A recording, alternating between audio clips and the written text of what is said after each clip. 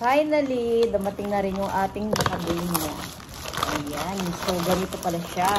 Filled na siya, ta. Tingnan natin. Ay, meron pala siyang pang ano eh. Ito oh. Parang ziplock. Ready na. Buti hindi niyo po nagupit. Hindi ko na. Oh, ito pala siya. Oh. Ha? Tika ka? Ay! Parang ganito yung pinupulot namin nung araw dun sa tabing ilog. Ano ba to? Di ba Ano ay po na to? nilagyan ng ano, yung sundot ko lang.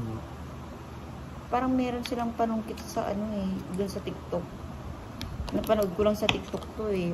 Ang hirap namang balatan. Siguro kailangan ko nito na. Ah, ganyan. Paano po ginawa niya? Wow. Mga kakak. Ang sarap. Temo. Tignan. Parang gatas. Okay. Ayun pala siya. Ganyan oh. Ganyan. Hindi pwede. Hindi mo mabuksan yung ganyan. Ay, ito po.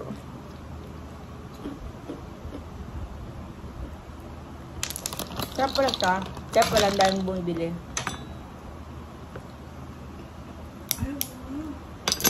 No, diba? Ang sarap ah. Ano siyang gatas? Ano to? May flavor na to? Ay, parang puno ito yun.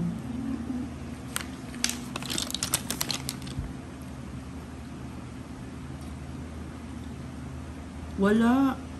Wala Wala ba? siyang flavor. Ganito talaga. Yan talaga lasa niya. Ito oh. Eh kasi macadamia nuts lang yung ano niya. Ingredient. In fairness. Ano ba puno ba to? Opo. Prutas siya. Ano ba? Ang galing. Ang sarap. Yun nga lang, ang hirap niya pag-minsa. Hindi, ganyan mo. Paano?